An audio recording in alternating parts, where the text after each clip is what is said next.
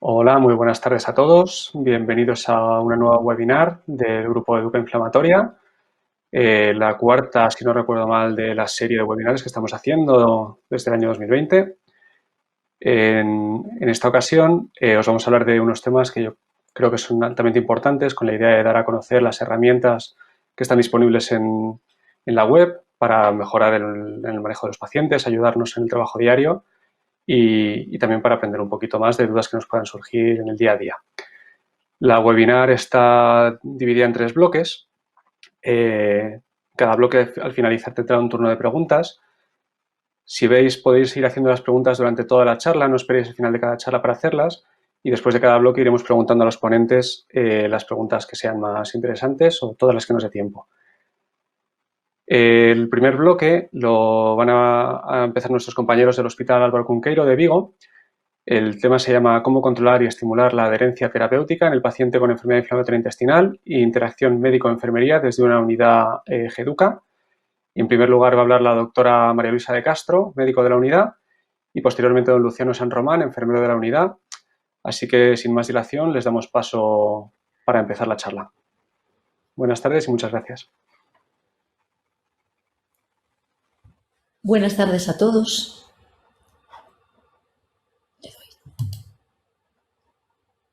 Vamos a empezar la primera charla, pero antes de eso quería agradecer a Educa Inflamatoria la oportunidad que nos ha dado de compartir nuestra experiencia en este tema de adherencia terapéutica dentro de este foro. La adherencia terapéutica clásicamente se ha definido como el grado en el que el comportamiento de una persona se corresponde con las recomendaciones de un prestador de asistencia sanitaria. Pero detrás de esta definición existe una relación sanitaria bastante jerarquizada entre una persona, un agente activo, que realiza una serie de recomendaciones o pauta un tratamiento, y el paciente, que sería en este caso un agente pasivo, que únicamente tendría que seguir nuestras instrucciones. Todos sabemos que la asistencia sanitaria en los últimos años ha cambiado y se enfoca y se centra en el paciente, intentando empoderar al paciente y hacerle partícipe de su enfermedad, sobre todo en el control y en el seguimiento de esta. Y por tanto es normal que la adherencia terapéutica haya cambiado y que hoy se trate la relación médico-paciente más bien como un contrato o un pacto en donde la adherencia se definiría como el grado de realización por parte del paciente del programa terapéutico que ha sido previamente acordado entre él y su equipo sanitario. Pero ¿cuál es la importancia de este tema? Pues sabemos que entre un 30 y 50% de todos los fármacos que se prescriben no se utilizan de una forma adecuada o como se recomienda, y de ahí que surjan dos conceptos relacionados pero muy diferentes. Uno sería la eficacia, el efecto de un fármaco en condiciones ideales, y la otra la efectividad, el efecto de un fármaco en condiciones reales. Esta realidad hace que hoy en día siga vigente la frase de Charles Cook de los medicamentos no funcionan en los pacientes que no lo toman. ¿Y qué pasa dentro de la enfermedad inflamatoria? Pues permitirme revisar con vosotros los datos de estas dos revisiones sistemáticas publicadas, la primera en el año 2010 por Jackson, que evalúa 17 estudios de 4.300 pacientes adultos y encuentra datos de no adherencia entre un 7 y un 72%. La conclusión de estos autores son dos. Inicialmente, que la media de no adherencia podría situarse en un 30-45%, y también que existe mucha heterogeneidad en los estudios, debido a la diferencia de definiciones de adherencia, a los métodos que se han empleado para evaluarla. La segunda revisión sistemática, publicada en el año 2013, se centra únicamente en pacientes sometidos a tratamiento con anti-TNF y encuentra unas cifras de no adherencia a esta medicación de un 17-24%. Yo creo que todos nosotros con estos datos podríamos pensar, bueno, pues mínimamente 2 de cada 10 pacientes con anti-TNF y probablemente 3 o 4 de cada 10 que veo en la consulta, me puedo plantear que no están haciendo las cosas de una forma adecuada o como debería de hacerse.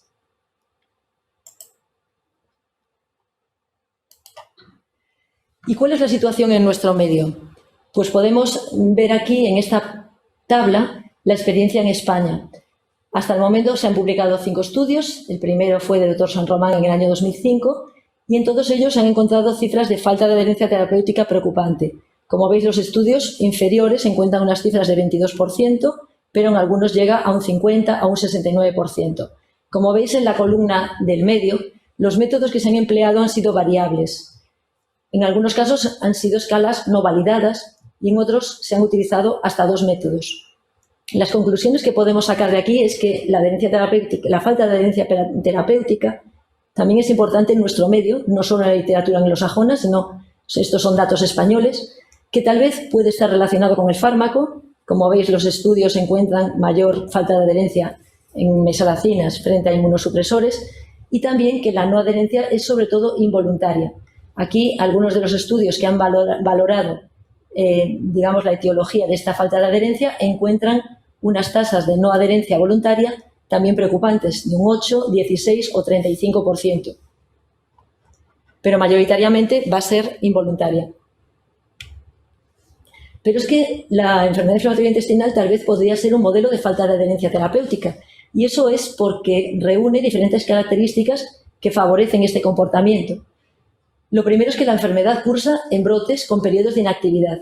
Y además que el paciente no ve un efecto inmediato de su falta de adherencia. No existe una repercusión clínica o analítica inmediata de este comportamiento. Por otra parte, las características del paciente son mayoritariamente pacientes jóvenes y sin otras comorbilidades a los que les es difícil entender que tras el diagnóstico deban mantener un tratamiento de forma continuada, periodos largos o crónico. También los esquemas de tratamiento que utilizamos frecuentemente son complejos. Muchas veces combinamos fármacos, 2, 3 medicamentos, se varían estas combinaciones, introducimos corticoides, bajamos los corticoides, subimos otros medicamentos, con lo que también tenemos que entender que para el paciente estas combinaciones sean más difíciles de seguir. Y también una característica relacionada con todas las enfermedades crónicas sería el escaso entendimiento de la enfermedad inflamatoria intestinal y escasa participación del paciente en su esquema terapéutico. ¿Qué supone esta falta de adherencia en la enfermedad inflamatoria intestinal? Pues todos sabemos desde el año 2003, los estudios de Kane, que la falta de adherencia se relaciona con una mala evolución de la enfermedad. En la figura de la derecha podéis ver la evolución a 2 años de aquellos pacientes con colitis ulcerosa entre la diferencia de pacientes con buena adherencia en la línea superior, que han tenido muy poquitos brotes, y los pacientes no adherentes, que es la escala que vemos debajo en escalones que van cayendo cada uno de los brotes que han tenido. En la figura de la derecha lo que podemos ver es las columnas negras, que son los pacientes que no han recurrido, y la recogida de fármaco que han tenido estos pacientes en barras negras respecto a los pacientes en barras gris, que son aquellos que han recurrido. La recogida de fármacos, como veis, es muy superior en los pacientes que no tienen recurrencia de los que tienen recurrencia. Todos sabemos, además, que nuestra enfermedad tiene unos costes importantes. En 2016 se estimó estos costes en 1.083 millones de euros, de los cuales la mitad corresponde a costes directos, hospitalizaciones, cirugías, fármacos o consultas, y casi otra mitad a pérdidas de productividad laboral o discapacidades. Pero también hay otras características que no han sido cuantificadas económicamente, como puede ser la calidad de vida de los pacientes, que repercute cada vez que tienen un brote o tenemos que avanzar un tratamiento. Por tanto, nuestra primera reflexión podría ser que si mejoramos la adherencia terapéutica, disminuiremos el coste de la enfermedad inflamatoria intestinal. Y esto ha sido puesto en evidencia por muchísimos estudios. Aquí me permito recordaros uno de los últimos publicados, en donde los autores hacen una modelización del coste del tratamiento entre pacientes con buena adherencia y sin adherencia, y nos dicen que los costes de los pacientes no adherentes incrementan en un 3x3 los costes asistenciales de los pacientes con buena adherencia. Por tanto, después de todo esto podemos decir, bueno, pues está claro que la falta de adherencia terapéutica es un tema importante, es un tema frecuente, y nuestra práctica clínica también existe, por tanto tendremos que poner nuestros medios para intentar minimizarla, pero para ello tenemos que detectarla. ¿Y cómo vamos a hacerlo? Existen diferentes métodos, lo que siempre quiere decir que no hay un método ideal, por tanto no existe un gol estándar. Aquí veis algunos de ellos, como pueden ser la opinión médica, es decir, lo que a nosotros nos parece si tiene buena adherencia o no. Es un método subjetivo y que siempre va a fallar porque tendemos a sobreestimarla, pensamos muy bien de nuestros pacientes. Podemos utilizar los metabolitos de fármacos en sangre u orina. Son métodos objetivos, pero siempre son complejos y de elevado coste, no tienen una utilidad en la práctica clínica. Métodos de recogida de fármacos, métodos de registro farmacéutico. Son objetivos, baratos, accesibles, pero precisan de un esfuerzo. Las escalas de autoevaluación son métodos que han sido muy utilizados por ser también accesibles y baratos y no implicar un gran esfuerzo, porque en este caso lo realiza el paciente, pero son subjetivos y desde luego siempre tienden a la sobrevaloración de la adherencia. Aquí vemos, por ejemplo, cómo funcionaría un índice farmacéutico. De los diferentes índices farmacéuticos, los más extendidos son los que marcamos en la tabla, en la fila del medio, los registros de dispensación. Son fáciles de obtener si la dispensación de fármacos está centralizada, pero tiene algunos inconvenientes. Por ejemplo, asume que la recogida del fármaco es igual a la adherencia, es decir, a que el paciente lo toma. No va a ser útil si esta dispensación la hacemos de forma automatizada, en plazos muy largos, o utilizamos muchas veces, como es en nuestro caso, cambios de esquema de tratamiento. Es decir, subimos y bajamos un tratamiento durante un periodo o a lo mejor el paciente utiliza ya fármaco que tenía en su domicilio o comparte medicamento pues, con otra persona. Dentro de los diferentes índices, uno de los más extendidos por su sencillez es el cálculo de la tasa de posesión de medicación, que consiste en una fórmula matemática entre en un periodo de tiempo determinado, habitualmente 3 meses, dividir el número de unidades totales que el paciente ha recogido por el número de unidades totales que debería, teóricamente, cubrir todo ese periodo y multiplicado por 100. Aquellos valores que superen o igualen el 80% se considerarían como buena adherencia terapéutica. A la derecha os pongo un ejemplo, cómo podríamos hacer este índice. Abriríamos nuestro paciente en un registro de dispensación electrónica. Veríamos un fármaco, abriríamos cada vez que el paciente tiene, digamos, una dispensación y ahí calcularíamos cuánto fármaco se ha cogido en cada periodo.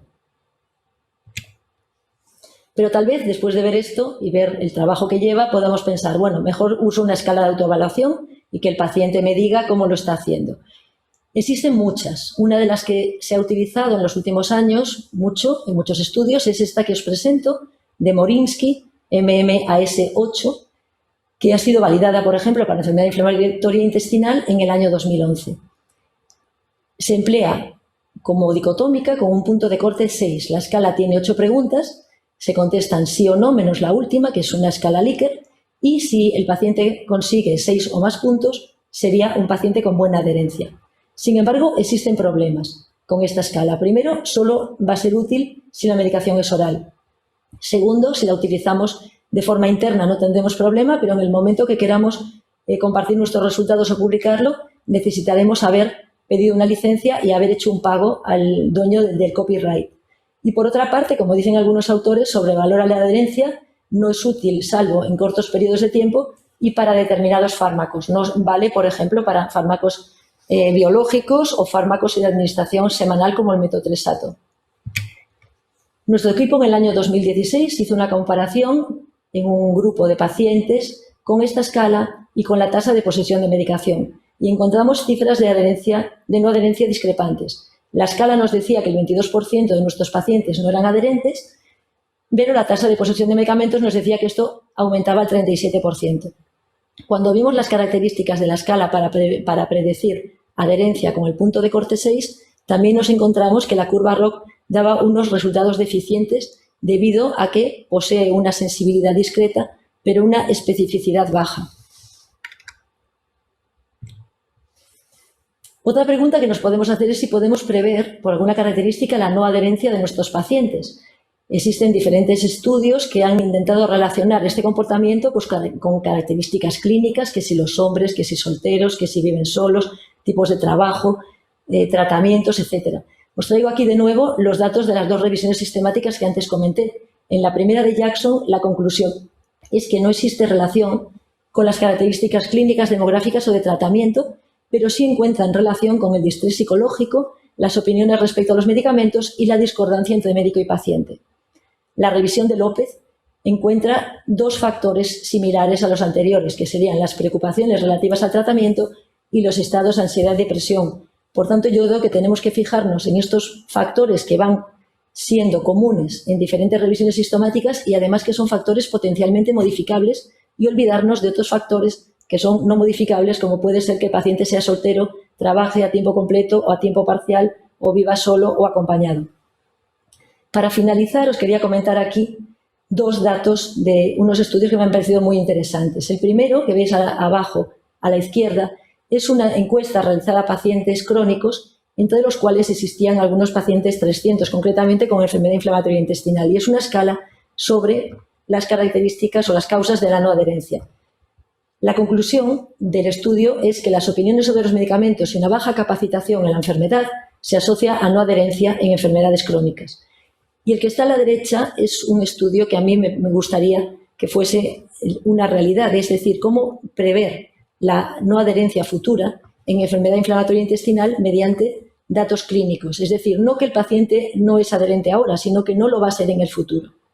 Estos autores hacen una revisión de estudios y concluyen que hay varios factores que, digamos, que nos pueden aventurar la futura falta de adherencia, pero sobre todo llamo vuestra atención sobre los estados de ansiedad y depresión y la no adherencia actual, es decir, el comportamiento no adherente de nuestro paciente en el día de hoy predice la no adherencia en el futuro. Por tanto, y con todo esto, ¿cómo debemos actuar? Pues únicamente dejo aquí dos reflexiones. La primera sería que creo que debemos actuar detectando mediante herramientas sencillas la falta de adherencia terapéutica de nuestros pacientes. Y aquí a la derecha veis cómo podemos hacerlo. Este es un menú de educación inflamatoria, concretamente el que hoy estamos trabajando, el de control, adherencia y prevención. Como veis abajo existe un submenú de adherencia terapéutica y en ese submenú podemos encontrar diferentes herramientas. La primera es la que aquí os presento, una escala analógico-visual de adherencia terapéutica, que es muy fácil de pedirle al paciente que en esta escala nos gradúe cómo cree él que lo está haciendo, pues podemos decir en un periodo de 2 meses, 3 meses, el último año, lo que queramos. Y esto puede repetirse de forma periódica en nuestra práctica clínica. Además, los últimos revisiones sobre el particular dicen que la escala analógico-visual parece ser la herramienta más apropiada para valorar la adherencia a medicamentos en enfermedad inflamatoria intestinal y ha sido validada en nuestra enfermedad.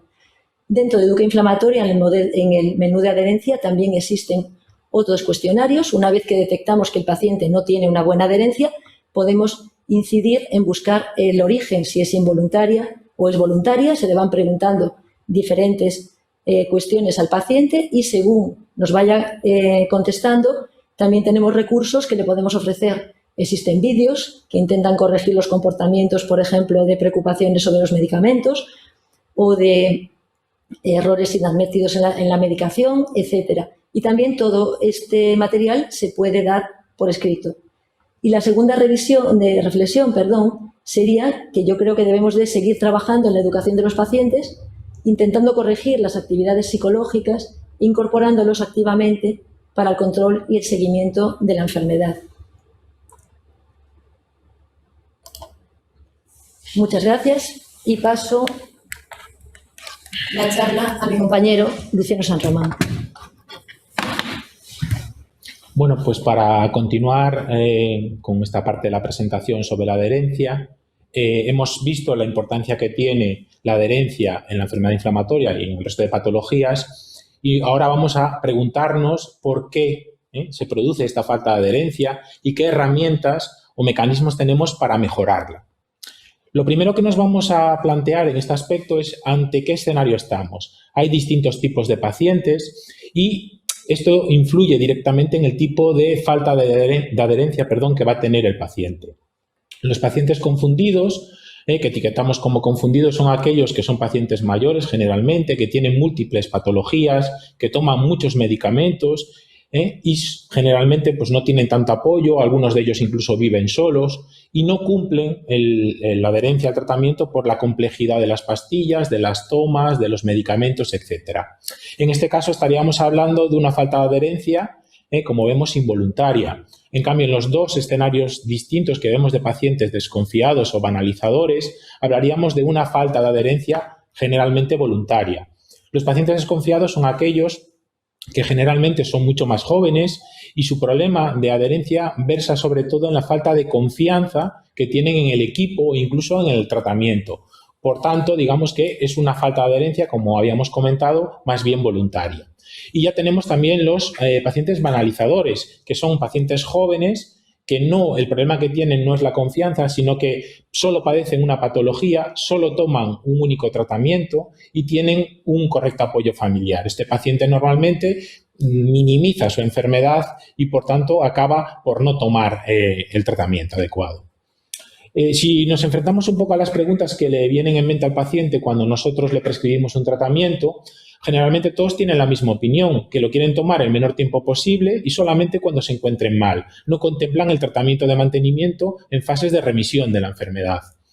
Buscan una efectividad rápida, de ahí viene la clásica pregunta, ¿en cuánto tiempo me voy a encontrar mejor? Y por supuesto que no tenga efectos secundarios sobre los distintos o distintas patologías o distintos tipos de problemas que puedan surgir. Evidentemente, también les interesa que tomen poca cantidad de pastillas, no ven las dosis por los gramos, sino por el número de comprimidos o de granulado o el tratamiento que tomen. También son muy reacios, lo sabemos sobradamente, de utilizar la vía rectal, que para nosotros es tan útil y tan efectiva. El paciente, pues sobre todo cuando está en remisión, le cuesta más administrarse el tratamiento por vía rectal. Y también, rehuye en lo posible los tratamientos por vía parenteral. Evidentemente, pues, aunque son fármacos que están subvencionados, de aporte reducido, la práctica totalidad, pues buscan un fármaco que también sea barato y que no tenga problemas de accesibilidad. Lo hemos visto en todos nuestros pacientes en alguna ocasión, cuando no había un tipo de preparado, no había mercaptopurina, etcétera. Es una dificultad también que puede conllevar la adherencia, en este caso no voluntaria por parte del paciente. Que no le obliga a cambiar los hábitos de vida. Es muy importante porque ciertos tratamientos, pues a lo mejor le condicionan de una u otra manera, pues ir a la playa, hacer cierta vida social porque pues se aconseja no tomar alcohol, etcétera, ¿no? La lactancia en los niños, etcétera. Y por supuesto también el paciente es reacio en lo posible a venir al hospital a administrarse el tratamiento o incluso a recogerlo. De ahí que tendríamos que ver también la figura de, sobre todo en zonas rurales con dispersión geográfica, de utilizar las farmacias como vía también, si pudiera ser, de dispensación de fármacos, por ejemplo, biológicos. ¿Cómo podríamos intervenir para mejorar esta adherencia? Bueno, ya desde hace años atrás hay distintos tipos de guías y herramientas para ello, que todas ellas se vuelcan o hacen un poco hincapié en lo que conocemos como entrevista motivacional, que es una herramienta terapéutica que se ha utilizado hace años ya en el manejo de pacientes que tenían cierto grado de dependencia del alcohol o alcoholismo, con buenos resultados. Y este tipo de herramientas, además de basarse en la entrevista motivacional, intentaban asesorar de manera autoguiada al paciente para que tenga una mejor aceptación de su enfermedad y, por supuesto, comprenda la necesidad del tratamiento para ella. La dividía en 3 fases, una inicial para explorar lo que el paciente cree o si tiene alguna creencia errónea o aclarar conceptos que a veces damos por hecho que quedan claros y no suficientemente claros han quedado. Explorar pensamientos o sentimientos que tiene el paciente de su situación o de su patología, así como ofrecer oportunidades de cambio y propuestas de futuro, siempre haciendo hincapié en la necesidad de continuar con el tratamiento. ¿Cómo podemos ponerlo en práctica? Bueno, hay una serie de parámetros que son básicos, como es la confianza en el equipo. La confianza, la accesibilidad y la continuidad del equipo. Un equipo que sea impersonal con el paciente, el cual no tenga un vínculo, dificulta su adherencia. Lo mismo que si yo, digamos que voy a un compañero o compañera, me habla sobre un tratamiento de una manera y, por ejemplo, el enfermero, enfermera o otro clínico le habla de otra manera. Es decir, le genera dudas sobre el tratamiento. Debe ser un equipo multidisciplinar donde estemos todos incluidos, por supuesto, el facultativo médico, el enfermero e incluso también es de suma importancia la farmacia, que es la que hace también una toma de contacto con el paciente en la dispensación. Debemos de intentar ser empáticos con el paciente. También conocer lo que verdaderamente le preocupa al paciente, porque a veces pensamos que lo que le preocupa es el tratamiento, pero a veces lo que le preocupa es los cambios, por ejemplo, en su autoimagen que pueda generar el tratamiento. Ejemplo, por el corticoide. No tanto lo que es la terapia con corticoides, sino lo que puede ocasionar en el paciente. El tratamiento debe ser en lo posible individualizado. Es básico a la hora de decidir un fármaco u otro, pues su presentación. No es lo mismo un paciente que tenga disfagia, a veces utilizar pues, un comprimido que un granulado, por ejemplo, o un supositorio o una espuma. A veces es muy individualizado, tenemos que intentar en lo posible, y yo creo que lo hacemos todos, tener en cuenta la prioridad del paciente, así como la vía de administración. Hay pacientes que todos sabemos que pueden manejar de manera correcta la vía subcutánea y otros pacientes quizás tengan un poquito más de indicación de vía intravenosa, por ejemplo, en el caso de los biológicos. Tenemos que evitar también las interferencias con los hábitos de vida. Ahí tenemos la clásica imagen del barco del canal de Suez que tanto hemos visto este pasado mes. Pues tenemos que evitar este bloqueo. A veces damos por hecho en muchas situaciones que el paciente no le han quedado claro. Por ejemplo, si una vez que se haya olvidado el tratamiento lo puede tomar a cualquier hora. Hemos visto pacientes que no se han pinchado o no se han tomado un tratamiento hasta la siguiente toma por desconocer que lo podían tomar en el momento que se acordasen de tomarlo, ¿no? Es importante hacer este hincapié. O también a veces para una buena adherencia, pues el clásico paciente que nos dice es que este fin de semana me voy pues de turismo rural o me voy obligatoriamente me tengo que poner la espuma al supositorio. Bueno, pues a lo mejor consiguiendo una pequeña laxitud del tratamiento conseguimos una mejor adherencia. O a veces que nos ha pasado, en este caso a mí me ha pasado alguna vez, que cuando prescribimos un tratamiento tópico, lo general es pues te lo vas a administrar cuando te acuestes por la noche, pero claro, no hemos caído en que hay pacientes que trabajan en turno de noche y el paciente se ponía el supositorio antes de irse al trabajar a una cadena de montaje con la dificultad que ello conllevaba, ¿no? Por ejemplo, pues esto a veces no debemos de olvidarlo. Lo mismo que la interferencia con la vida social. Hay pacientes que tienen la falsa creencia de que no me voy a tomar el Limurel, la mercaptopurina o el fármaco que sea, porque como dice que no lo debo tomar con alcohol y resulta que pues me voy a tomar una copa, una cerveza o un gin tonic con mis amigos, pues mejor no me lo tomo ese día. Bueno, pues evidentemente si se sale a tomar una copa de vino o una cerveza al acabar de trabajar todos los días tenemos un problema, como no se lo tome, ¿no? Bien, enfatizar también la decisión del paciente y responsabilizarlo también sobre el tratamiento. Bien, pues tú has decidido este tratamiento, creemos que es el adecuado para ti, tú también lo corroboras, pues tienes que hacerte responsable del mismo, ¿no? También reforzar positivamente que lo cumplan bien, es otra parte importante, ¿eh? La actitud negativa a la no adherencia, digamos, deberíamos evitarla, no culpar al paciente. El paciente solo es uno más de las causas, pero no es el problema. Me ha gustado mucho esta reflexión de un trabajo que decía que nosotros no debemos enfadarnos, porque la mayor parte de las veces, a veces tampoco seguimos las guías de práctica clínica y nadie nos juzga por ello, ¿no? Por tanto, evidentemente tampoco debemos culpabilizar, no vamos a conseguir nada. Ni minimizar o ignorar las quejas del paciente.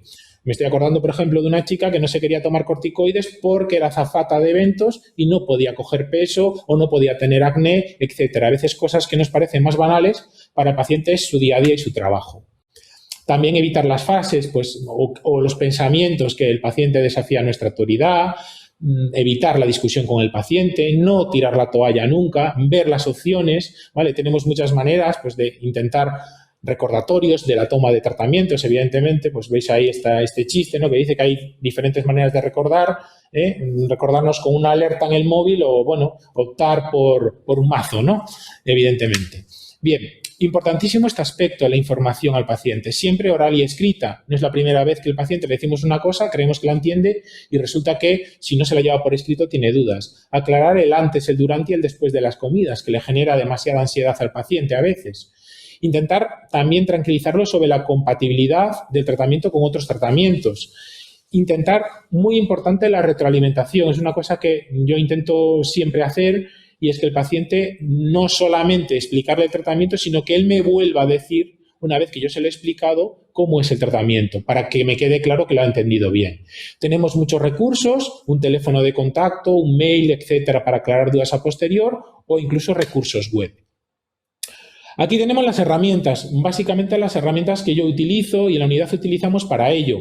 Una de ellas es la comprobación de la dispensación en la historia clínica, como ha enseñado anteriormente la doctora de Castro, la historia clínica del Sergas y me imagino que las distintas comunidades también nos permite ver la correcta recogida del tratamiento.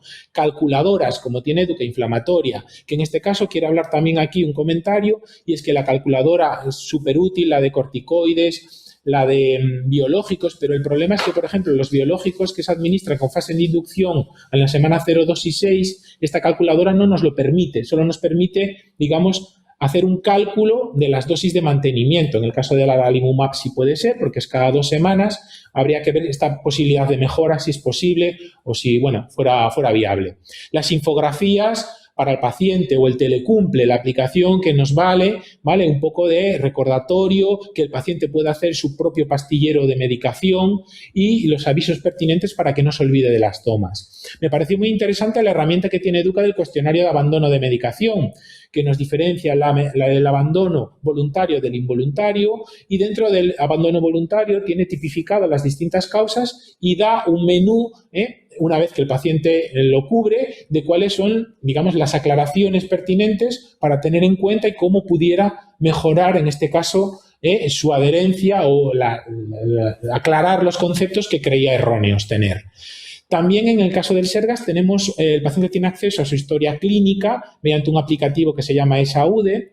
En los tiempos que corren todos sabemos de la dificultad, y a veces es una falta clave de adherencia, de la dispensación por parte de primaria por el bloqueo que tiene a día de hoy la atención primaria, que le tiene dificultad a la hora de renovar las recetas y por ello el paciente a veces no puede recoger su tratamiento porque no tiene dispensación en la farmacia.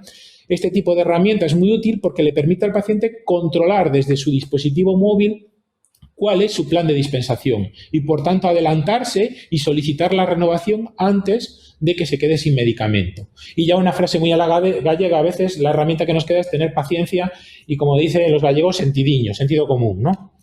Bien, ya para ir acabando la charla y dar paso a las preguntas, me he atrevido a poner los 10 mandamientos de la adherencia, que son básicos, como es mejorar la relación médico-paciente, informar sobre la enfermedad y el tratamiento, hacerlo partícipe del plan terapéutico, involucrando también a su familia o su cuidador, simplificar al máximo el tratamiento en cuanto a tomas y número de fármacos, dar información por escrito, importantísimo, utilizar los distintos métodos de recordatorio como calendarios, aplicaciones, etcétera, reforzar las metas periódicamente, los objetivos logrados, nunca olvidarnos de verificar el grado de cumplimiento de la manera que sea, mediante recogida, dispensa, mediante escalas, etcétera, e incentivar y darle importancia al cumplimiento del tratamiento.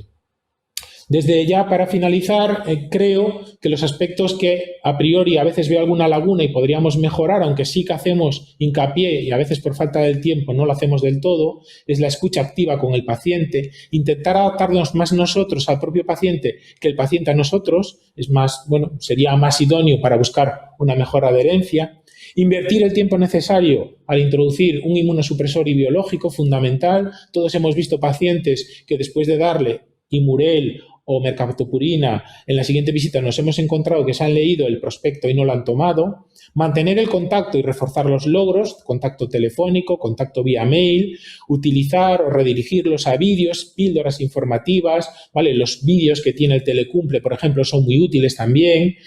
Redirigir a webs o redes sociales y, ¿por qué no?, plantearnos, aunque nosotros no lo hemos hecho por ahora, alguna sesión grupal, intentando aunar o confluir a aquellos pacientes que tengan dificultad o que tengan, digamos, reticencia a la hora del cumplimiento terapéutico. Y ya sin más, pues me despido. Gracias por la oportunidad, como había introducido la charla la doctora de Castro, de darnos la posibilidad de transmitirnos nuestra experiencia en la unidad, y os dejo con una foto de nuestro hospital, que como veis es relativamente nuevo y muy bonito, y de nuestro equipo de la unidad de enfermedad inflamatoria con todos los miembros. Gracias por todo. Bueno, muchísimas gracias a los dos por, lo primero, adaptaros también al tiempo. Está claro que la adherencia es un tema muy importante, ¿no?, para manejar a nuestros pacientes, para que mejore la evolución y demás, pero un tema que no siempre es fácil de conseguir, ¿no? Entonces, bueno, tenemos alguna pregunta de los oyentes. Esto es una pregunta pensamiento, ¿no? Es para cualquiera de los dos.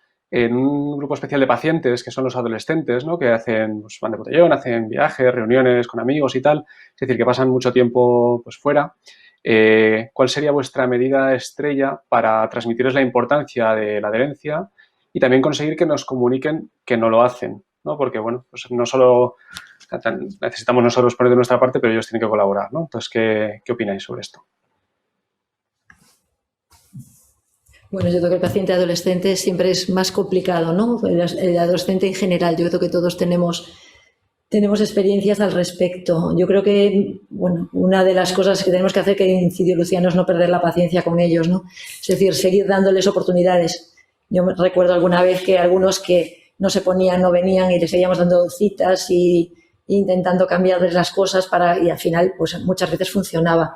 Yo creo que no hay tampoco una cosa especial, ¿no? Intentar a lo mejor adaptarnos dentro de lo posible a su lenguaje, a lo mejor ofrecerles pues muchos recursos visuales, ¿no? Tal vez en estos casos, no lo sé, a lo mejor son pacientes que tienen mucho perfil de utilización de apps y se podría hacer un seguimiento pactado con el paciente en el sentido de, bueno, pues tienes que hacer mejor las cosas y te puedo controlar de vía telemática, que les puede gustar más, en tipo, pues por ejemplo, programas de seguimiento tipo Tecum y tal, pero ofreciéndoles a contrapartida que tienen que hacer, pues como si dijéramos, vienes menos al hospital, pero tienes que hacer mejor las cosas.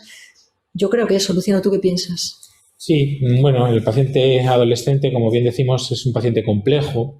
Yo siempre voy a lo mismo, ¿no? Si te tomas bien el tratamiento vas a tener más vida social, que a lo mejor quizás es lo que ellos en esa edad valoran más. No te va a interferir, entre comillas, pues te lo tomas a la hora que menos te interfiera, pues si es a la mañana al desayuno, pues al desayuno, fomentar tomas únicas. Hacerle partícipe también, ¿qué te parece? Bueno, pues hay que ponerse los supositorios. Estás en, pues a lo mejor no estás totalmente en remisión, pero vamos, tienes una calprotectina más bien. Bueno, pues lo ponemos a días alternos, venga, y evitamos los fines de semana, intentamos adaptarnos un poquito, yo creo, a también y hacerlo partícipe de qué él opina. A veces yo creo que la sorpresa que nos llevamos es que cuando el paciente, evidentemente que acepta la enfermedad, por supuesto, pero si es un paciente que él ve que puede dirigir o puede tomar parte de su tratamiento y decidir y tiene, digamos, esa vía de vínculo abierto con el profesional, yo creo que es un paciente que a priori debería ser más cumplidor. Evidentemente, el que te digan que no toman el tratamiento, pues no es fácil, no es fácil. Lo hemos visto todos que no cogen el tratamiento. ¿Cómo puede ser que un paciente que no coge el tratamiento se lo esté tomando, ¿no? A veces yo recurro a la mentira piadosa de siempre, que le digo, uy, te estás tomando el tratamiento de verdad, pero es que la analítica me está dando datos que no lo estás cogiendo bien. ¿Será esto cierto o tú qué crees? ¿Fallarías algún día o algún día aisladamente? Y a veces el paciente, esa pregunta que se encuentra, bueno, pues sí, la verdad que no me lo he tomado últimamente porque me he encontrado bien. Bueno, a veces es una herramienta que no es la más adecuada, pero a veces sí que nos da información, ¿no? Pero bueno, es difícil. Sí, está claro que son pacientes complicados. A ver, una pregunta más para María Luisa es, ¿en todas las consultas valoráis la adherencia con los cuestionarios y demás? Y en caso positivo, si realizáis muchos cambios de tratamiento para facilitar la adherencia de los pacientes. No, en todas las consultas, desde luego que no. Es impensable. Lo solemos hacer periódicamente, no te podría decir yo a lo mejor cuándo. Es decir, una vez al año, 2 veces al año, depende también, una vez al año tal vez podríamos decir que sí, pero depende del perfil del paciente. Es decir, aquel paciente que vemos que va bien, que no tiene ningún problema, que no ha experimentado, nosotros desconfiamos si la evolución de su enfermedad es buena, pues solemos hacerlo mucho menos, o incluso no hacerlo anualmente ni nada. Donde siempre lo vamos a hacer es en el paciente que empieza a tener demasiados brotes, el tratamiento no va bien, lo primero que hacemos antes de cambiarlo es ver si lo está recogiendo. O en algunos perfiles de pacientes que ya a lo mejor ya nos abren un poquito más la puerta, ¿no? Podríamos hablar también que hay periodos de la vida de cada persona, por ejemplo, como puede ser durante el embarazo, durante la lactancia, que los pacientes tienden a ser también menos adherentes. Entonces ahí sí que lo sabemos controlar un poquito más, ¿no? Y por último, una pregunta que nos acaba de entrar de Ana María Celades, estudiante de enfermería. Pregunta, sobre todo teniendo en cuenta con los adolescentes otra vez, si queremos que la gamificación, es decir, como si fuera un juego, ¿no?, podría servir para el público adolescente, por ejemplo, con una app que diera premios, ¿no?, si cumples con el tratamiento. Bueno, yo creo que son, bueno, pregunto yo, si no, yo creo que son recursos que se pueden probar, es decir, yo desconozco si eso en la enfermedad respiratoria creo que no se ha probado en otras patologías, pero sí que es verdad que esas aproximaciones, lo que decíamos, hay que intentar, pues a lo mejor acceder a ellos por otras vías, utilizando efectivamente juegos o recursos de esa forma, ¿no? Es decir, a lo mejor, pues lo que comentábamos antes, haciéndoles envíos o incidiéndoles o poniéndoselos en la consulta o lo que sea sobre los vídeos de educación inflamatoria, viendo un poquito las causas o no las causas, es decir, utilizar a lo mejor su mismo lenguaje telemático para buscar nuestro objetivo, ¿no? Sí, yo estoy de acuerdo. Fenomenal, pues muchísimas gracias. Con esto cerramos vuestro bloque y si os parece seguimos adelante. Gracias. Gracias. Bueno, el segundo bloque es un tema que está de bastante actualidad, concretamente es la vacunación en pacientes con enfermedad inflamatoria intestinal, controles iniciales durante el seguimiento y, por supuesto, las vacunas COVID. Antes de dar paso al siguiente ponente, que es José Lázaro Pérez Calle, quería recordaros a todos que podéis ir haciendo preguntas a lo largo de la charla, no hace falta esperar al final y así las tenemos bien preparadas. Damos paso a José. Todo tuyo.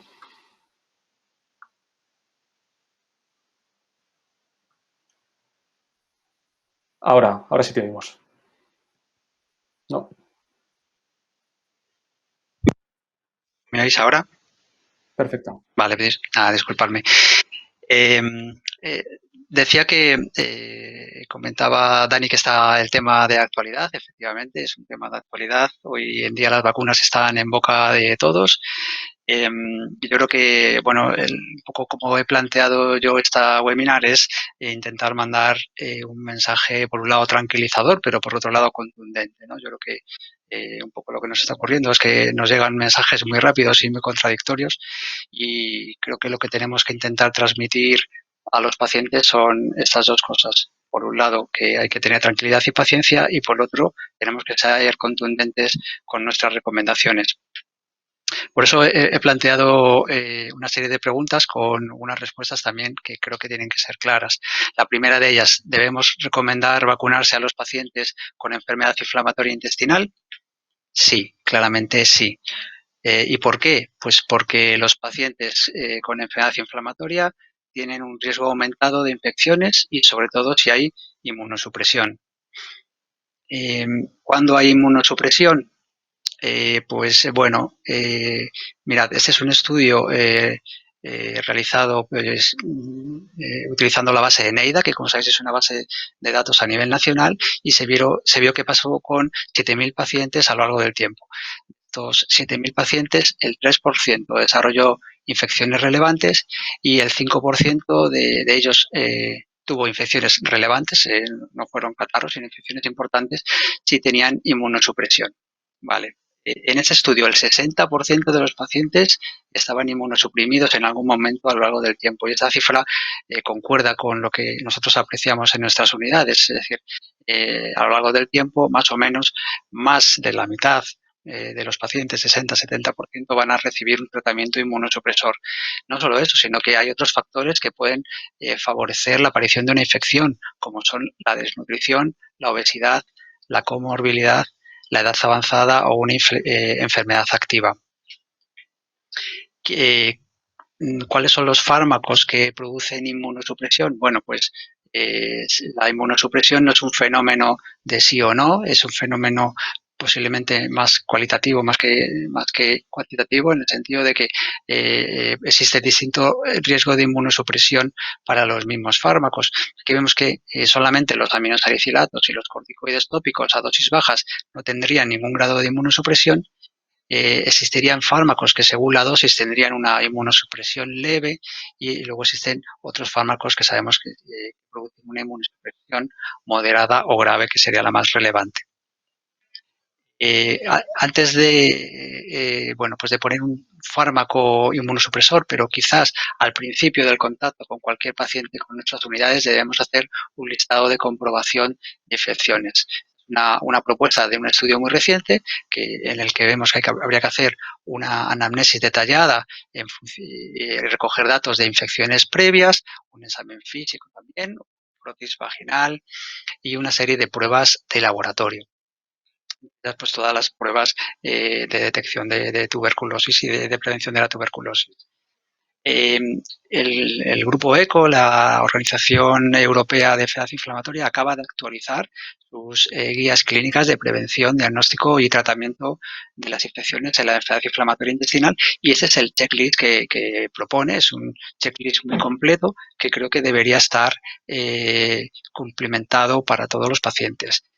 La realidad es que nuestras historias clínicas electrónicas no favorecen nada la utilidad de estos checklists, porque tenemos, por un lado, bases como Eneida que pueden recoger y que de hecho recogen muchos de estos datos, pero son bases de datos duplicadas con nuestra historia clínica que suelen ser más en formato texto. Esto es una pena porque realmente el tener un formato de formulario en la historia clínica electrónica nos podría ayudar a tener todos estos datos registrados, pero en algún punto del paciente, en algún sitio de la historia clínica deberían estar recogidas todas estas variables.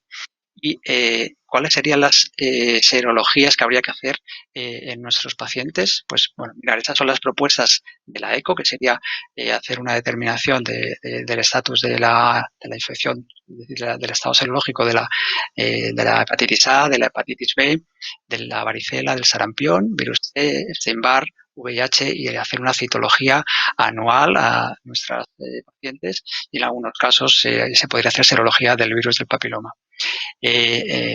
Esas cuatro de aquí, en esas cuatro de aquí existe vacuna, y en el caso de la varicela y del sarampión, la ECO recomienda que solamente se haga en el caso de que no haya una constancia de vacunación o de una infección previa. Tenemos que recordar que en España está indicada la vacunación en las personas nacidas a partir del año 70 y hasta aproximadamente los primeros de los años 80, porque en este periodo no hubo vacunación. Quizás la recomendación, eso es una cosa particular, sería hacer serología a todos los pacientes, a no ser que tengamos muy claro que hubo una vacunación por varicela o una infección por varicela, pero al hacer el checklist, hacer la determinación, esas determinaciones sencillas a todos nuestros pacientes. No está indicado hacer determinación serológica de rubeola y de parotiditis porque, bueno, existen problemas de interpretación y de sensibilidad de la técnica, entonces solamente del sarampión. ¿Cómo podemos utilizar la página web para el tema de las vacunas? Bueno, pues en la página principal, en el menú principal, justo en la casilla de enfermedad inflamatoria intestinal, nos aparece todo el desplegable. Aquí vemos que existe una casilla específica de vacunación y enfermedad inflamatoria intestinal. Primero hay un apartado introductorio, ya podemos acceder al contenido en el que hay 3 vídeos que nos dan una explicación de todo este tema de la vacunación y luego 4 apartados. ¿Cuál es el mejor momento para vacunarse? ¿Qué vacunas tengo que ponerme? El tema de la vacunación en las pacientes embarazadas, también importante, y la vacunación y los viajes. ¿Vale?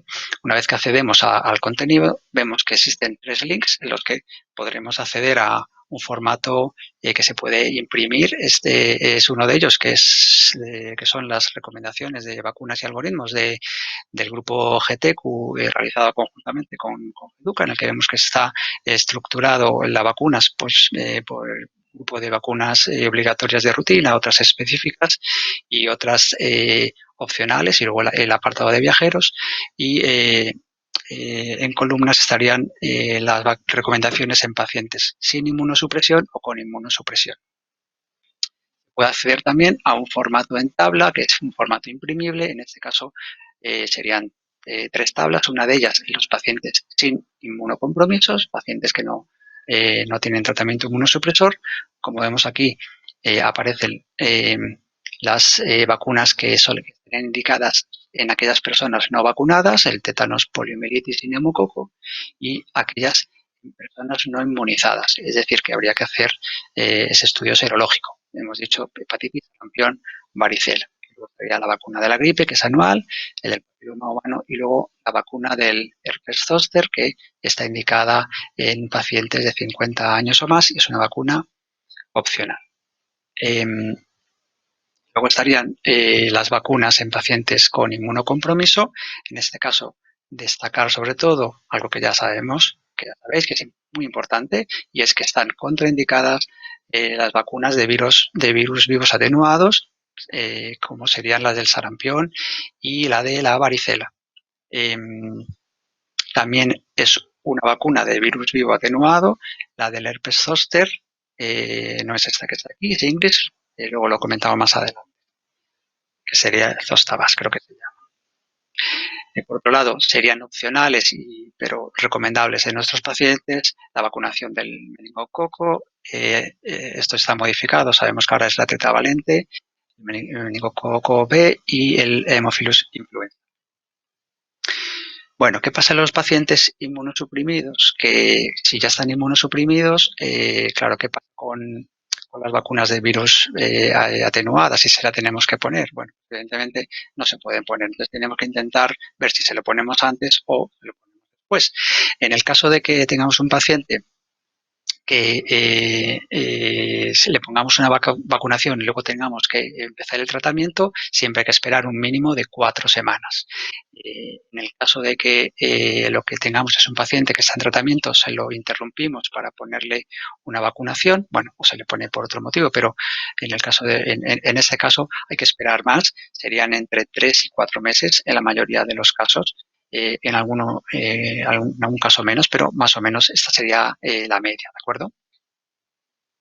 En el caso de las vacunas inactivas, pues no es necesario interrumpir el tratamiento.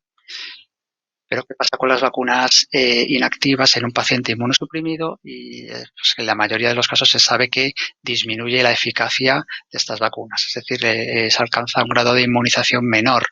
Se sabe que ya hay estudios con vacunas específicas o datos específicos con algunas vacunas y con algunos tratamientos parece que no hay interferencia y estas vacunas serían efectivas, como por ejemplo la vacuna de la gripe y vedolizumab o en el caso de ustekinumab. Nos hacen falta más datos, pero bueno, en principio podrían ser efectivas, aunque en cualquier caso, si a un paciente hay que vacunarle, no va a haber problemas de efecto adverso, con lo cual lo que habrá que hacer es vacunar. Bueno, no puedo ir una por una por cada una de las vacunas porque son muchas y se nos consumiría el tiempo.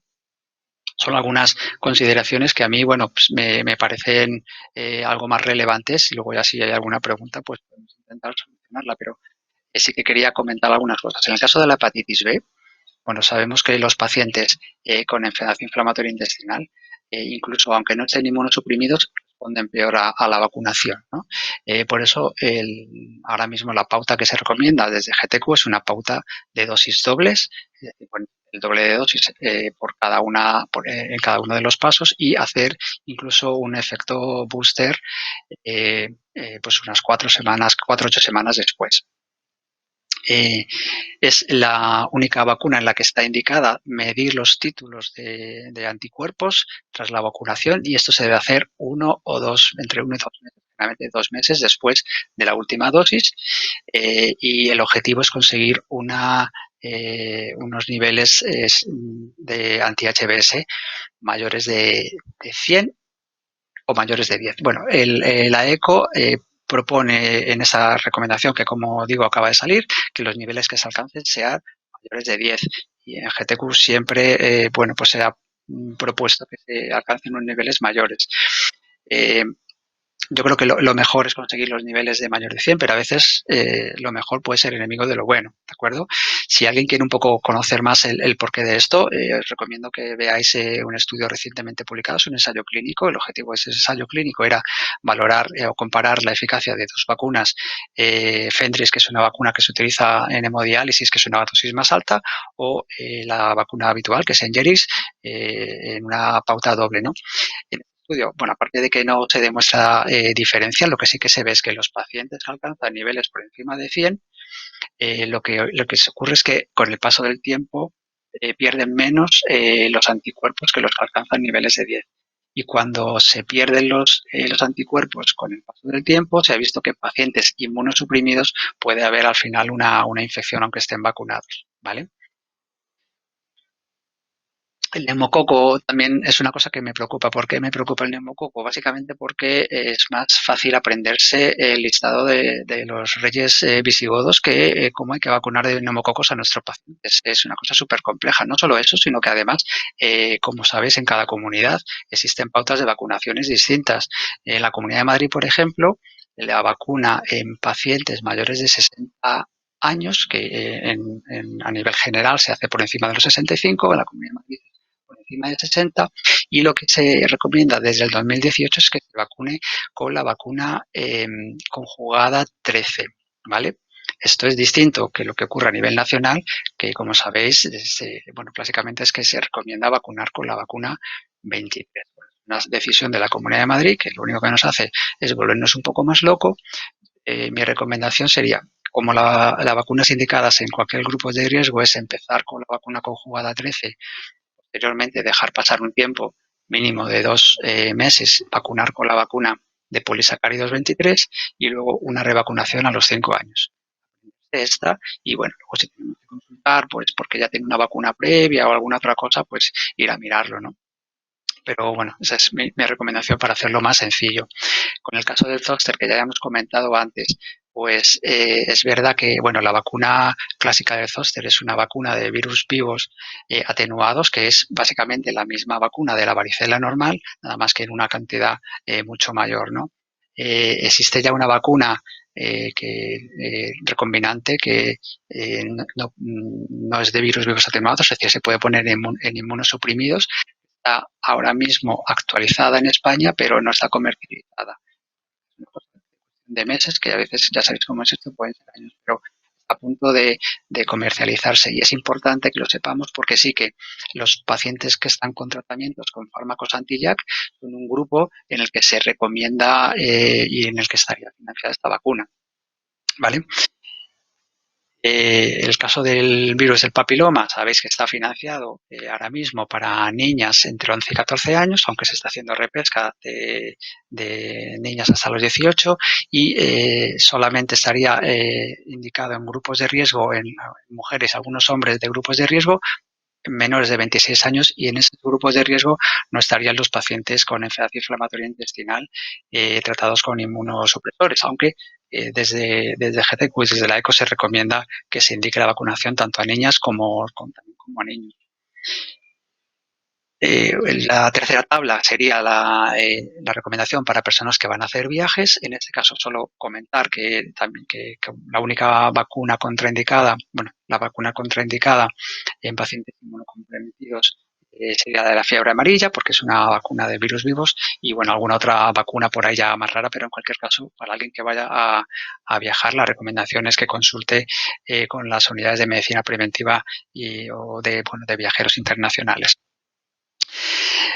Bueno, pasaríamos ahora al tema de la vacuna COVID.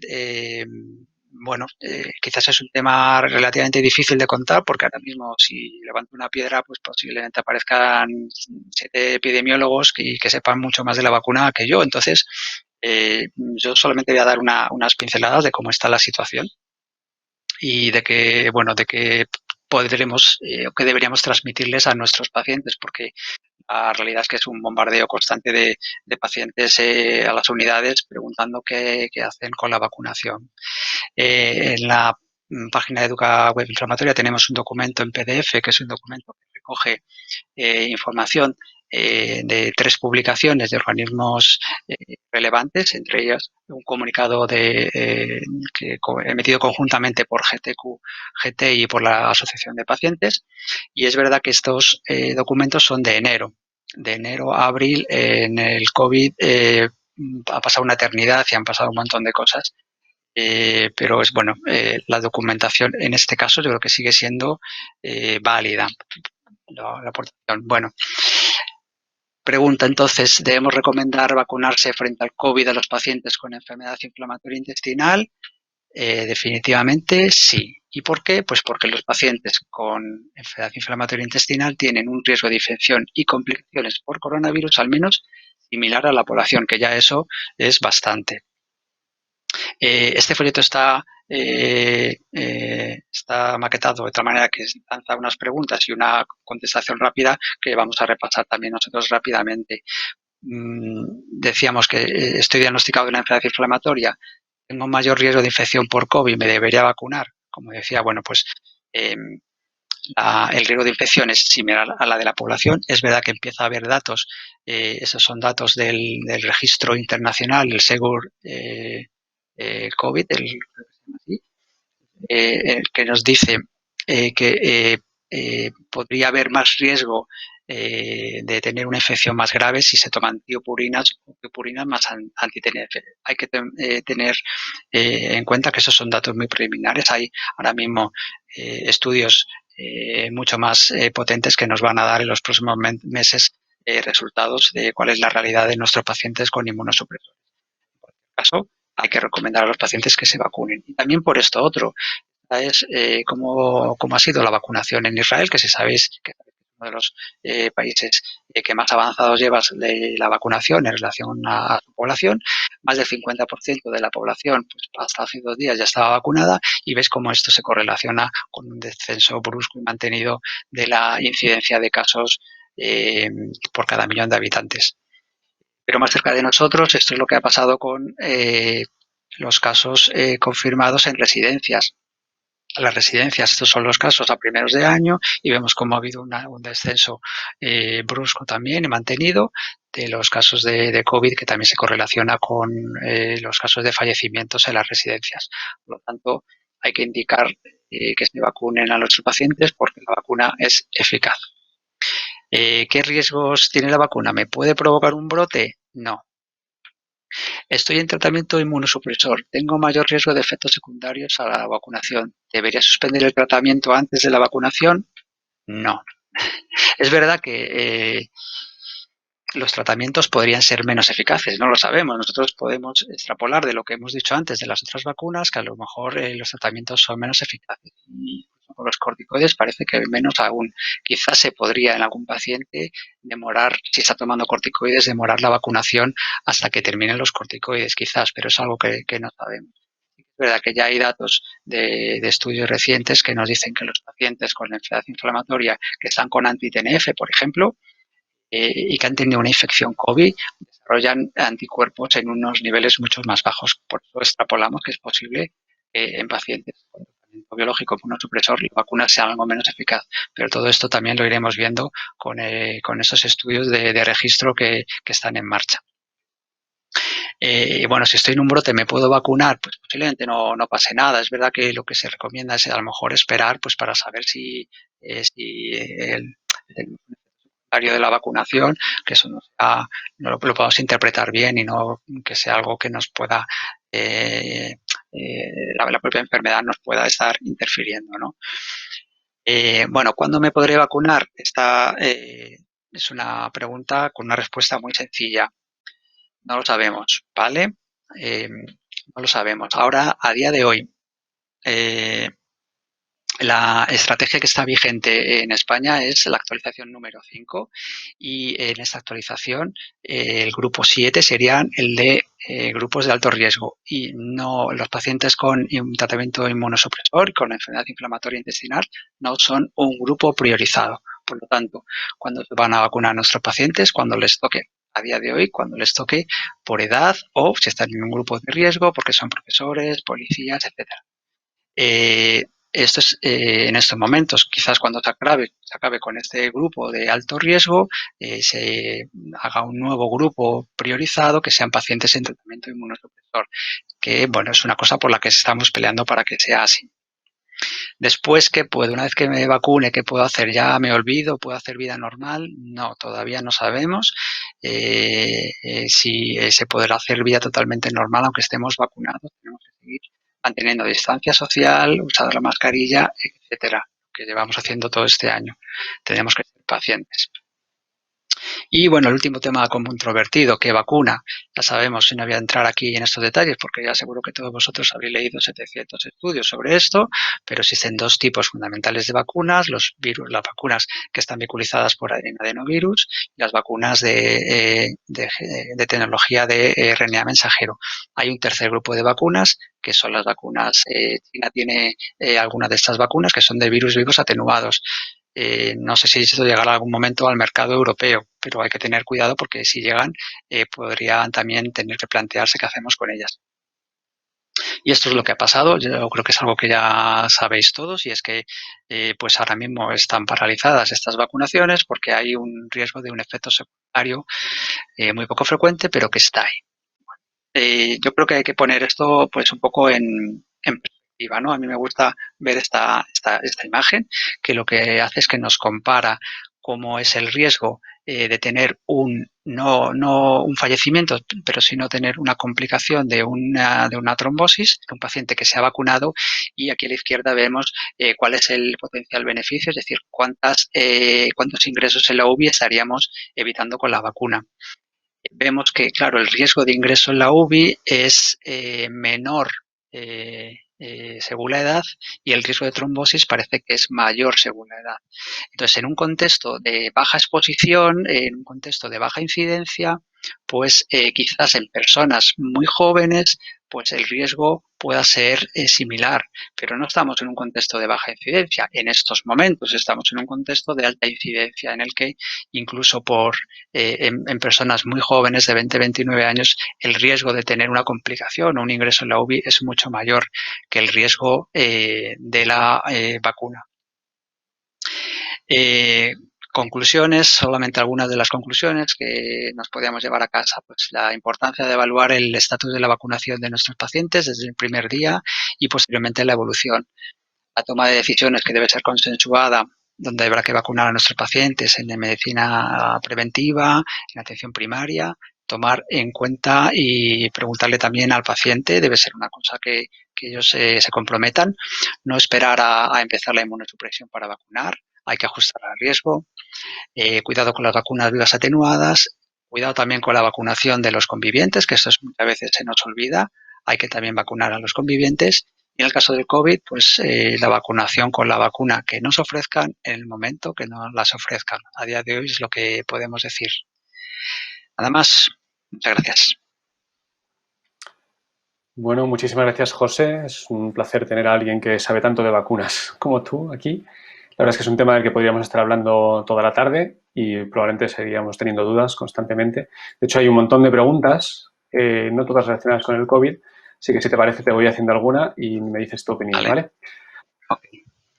A ver, Silvia Rodríguez nos plantea que según las recomendaciones de GTQ todos los pacientes deberían estar inmunizados contra difteria, tétanos, pertusis o polio y teniendo en cuenta lo poco frecuentes que son, si es necesario vacunar contra estas patologías.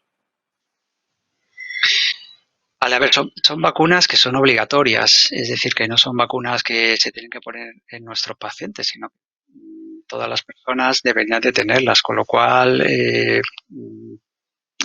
no se trata o sea, lo que tenemos que hacer es chequear que la tienen, ¿no? Pero, o sea, yo creo que la recomendación está clara, la tienen que tener igual que la tenemos que tener, la tiene que tener cualquier persona de la población. Otra cosa ya es en un paciente que es resistente a que se las quiera poner, pero bueno, ya entramos en la voluntariedad de cada uno, ¿no? Pero en principio se las tienen que poner, claro.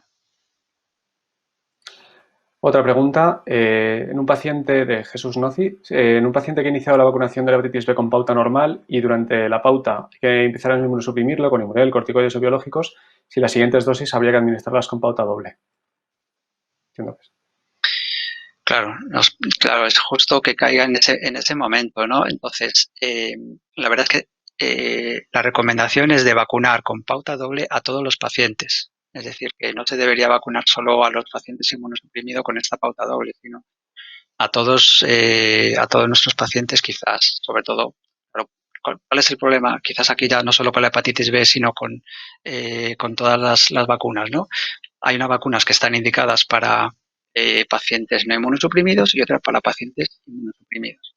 Entonces, un paciente no está inmunosuprimido hasta que deja de estarlo. Entonces, el paciente que antes no lo estaba, ahora resulta que lo está y entonces tiene indicación de otras vacunas. Yo creo que no hay que plantearlo tanto así, sino este paciente, cuando yo empiezo y le veo, tiene un alto riesgo de acabar inmunosuprimido, entonces le tengo que poner las vacunas indicadas en pacientes inmunosuprimidos, ¿no? Y entre ellas tengo que hacer una pauta de vacunación de hepatitis B de pauta doble, ¿no? En el caso concreto que decía este paciente, bueno, pues en este caso lo que habría que hacer quizás es poner la pauta booster y medir los niveles a los 2 meses y ver qué ha pasado. Si se consiguen niveles por encima de 100, pues ya estaría. Si no se consiguen niveles por encima de 100, pues ahí habría la recomendación de hacer una revacunación con pauta doble. Fenomenal. Esta pregunta ha llegado en diferentes formas. Es ante el aluvión de llamadas que recibimos en las unidades en relación sobre todo con la vacuna de AstraZeneca y los trombos y demás. ¿Qué estrategia de información seguís? ¿Qué recomendáis a los pacientes? Porque claro, son muchísimas llamadas, ¿no? Claro, efectivamente. A ver, o sea, generalmente lo que estamos diciendo es que en el momento que se ofrezca una vacuna, que se ponga. ¿Por qué? Porque esta carrera es contra el COVID y la vacunación se tiene que hacer ahora. Entonces, en condiciones ideales, pues si pudiésemos elegir, es decir, si a ti te ponen la vacuna y dicen, ¿cuál te quieres poner? ¿Esta o esta? Y además tienes 3 años para elegir, pues evidentemente es otro contexto. En el contexto actual es cuando te ofrezcan esa vacuna, la vacuna tiene menos riesgo siempre que el riesgo que tienes de COVID, ¿no? Y esa es la estrategia que nosotros estamos haciendo. Es verdad que estamos hablando hoy, pero posiblemente la semana que viene la EMA se tiene que pronunciar, por ejemplo, con la vacuna de Janssen y tiene que decidir qué se va a hacer con, yo creo que la situación un poco más comprometida, que son las personas que se han vacunado ya, porque tenemos pacientes que por algún motivo se han vacunado con AstraZeneca y están pendientes de la segunda dosis. Y todavía tampoco se ha decidido qué se va a hacer con estos pacientes. Es muy probable que la segunda vacunación con AstraZeneca siga siendo eficaz y beneficiosa, pero al final no sabemos qué se va a decidir a nivel de la EMA, del Ministerio, de la EMS o incluso de la propia comunidad autónoma, ¿no? Entonces creo que ahora mismo hay que esperar algún tiempo, pero en el momento que nos propongan una vacuna tendría que ser esa. Eso es a nivel general. Ahora, un poco en referencia a lo que yo he puesto, y esto es una opinión ya personal, esto ya no es una opinión a nivel institucional. Evidentemente, yo creo que hay que valorar caso por caso y con la persona concreta decir, establecer cuál es el riesgo, ¿no? Entonces, en una situación de la incidencia que tenemos ahora mismo, se tendría que vacunar cualquier persona independientemente de la edad. En un contexto de muy baja exposición, que es, por ejemplo, lo que ha hecho Dinamarca. Dinamarca ha decidido no vacunar con AstraZeneca porque tiene la enfermedad controlada, ¿no? Nosotros no la tenemos, pero una persona que, por ejemplo, diga que es una persona, por ejemplo, una mujer, que se sabe que además el riesgo de trombosis es mayor en mujeres, una mujer de 20 años, si estamos en un contexto epidemiológico totalmente de normalidad, que no es el nuestro, por supuesto, pero decide no vacunarse, es una cosa lógica, ¿no? Fenomenal, yo creo que ha quedado muy claro. Muchísimas gracias. Vamos a seguir adelante con las Gracias, siguientes Dani. presentaciones. Gracias, José. Bueno, el tercer bloque es un bloque también sensible, habla sobre los pacientes mayores, sobre las diferencias y cuidados al diagnóstico y en el seguimiento. El bloque lo va a dar la doctora Belén Botella. Buenas tardes, Belén. Pues nada, te damos paso y cuando quieras. Fenomenal. Bueno, pues a mí me ha tocado cerrar esta webinar y voy a hablar de pacientes mayores, diferencias y cuidados al diagnóstico y en el seguimiento. Lo primero que voy a intentar explicar es qué es realmente un paciente mayor o un paciente anciano. Y realmente las definiciones lo que hablan es que se considera paciente mayor cualquiera que tenga más de 60 años. Esto va a hacer que prácticamente constituyan pues hasta el 35% de los pacientes que tenemos ahora mismo en las unidades, pero esto no va a ser siempre así, porque es la población que tiene una expectativa de vida muy amplia y en los próximos 30 años prácticamente, como vemos en la gráfica de arriba a la derecha, pues se va a duplicar. ¿Cómo podemos clasificar a los pacientes mayores? Pues podemos clasificarlos de diferentes formas y una de ellas es en función del momento de aparición de la enfermedad. Hasta un 40% de los pacientes que vamos a ver son pacientes que son de nuevo diagnóstico. No va a impactar de la misma forma a lo largo de las décadas de la vida a partir de los 60, sino que la mayor incidencia va a ser en la década de los 60 y a partir de ahí va a ir declinando. Dentro de los pacientes que se diagnostiquen nuevos en la consulta, una de cada 20 enfermedades de Crohn y una de cada 8 colitis ulcerosas van a corresponder a este grupo de edad. Y luego también vamos a tener el grueso de pacientes que se van haciendo mayores con nosotros a lo largo por desarrollo de su enfermedad. ¿Por qué? Porque nos encontramos ante una enfermedad crónica y que realmente tiene una baja mortalidad. Otra forma de clasificar a los pacientes mayores es no en función de la edad cronológica de 60 años, sino en función de la edad biológica. Esto va a hacer que tengamos ancianos que se van a denominar en forma o ancianos frágiles, que son los que realmente tenemos que identificar. Estos son los que tienen una mayor vulnerabilidad para presentar episodios adversos de salud, pérdida de función, discapacidad o dependencia. ¿Y cómo vamos a ser capaces de identificar a estos en la consulta? Bueno, pues hay diferentes índices. Yo he puesto aquí el que me parece más práctico, que es el índice de comorbilidad de Carlson, que lo que hace es que da una puntuación y un peso específico a cada una de las comorbilidades que puede tener el paciente, de tal forma que nos va a dar una idea de cuál es su probabilidad de fallecer en el siguiente año. Otras cuestiones importantes cuando hablamos de pacientes mayores es que no existen guías de manejo específicas. Existen documentos de revisión, algunas recomendaciones, pero no guías como tal. Además, estos pacientes van a estar escasamente representados en los ensayos clínicos. En la mayor parte de ellos, ser mayor de 60 o 65 años es un criterio de exclusión. con lo cual no vamos a tener muy claro cuál va a ser el impacto de los nuevos tratamientos en este grupo de edad. Además, intentamos aplicarles para el seguimiento o al diagnóstico parámetros biológicos que realmente no están validados para este grupo de población. Así, por ejemplo, la proteína C, que tanto usamos en las consultas, es también un marcador de fragilidad, de tal forma que puede estar aumentada y que no tenga que ver con actividad de la enfermedad. O, por ejemplo, la calprotectina se puede aumentar, como bien sabemos, en otras enfermedades o en el consumo de algunos fármacos. Además, según el paciente se va haciendo mayor, aumentan las comorbilidades y también aumenta el abanico de posibles diagnósticos diferenciales ante la misma sintomatología. No hay que olvidarse de las gastroenteritis infecciosas, de los problemas isquémicos, de la enfermedad diverticular o incluso de las colitis inducidas por antiinflamatorios no esteroideos. Y luego, finalmente, usamos con estos pacientes los mismos objetivos terapéuticos que en pacientes jóvenes y probablemente esto tenga que ir cambiando a lo largo del tiempo. ¿Qué diferencias vamos a encontrar en los pacientes de nuevo diagnóstico que se diagnostican a partir de los 60 años? Pues la primera la vamos a encontrar en el grupo de factores de riesgo.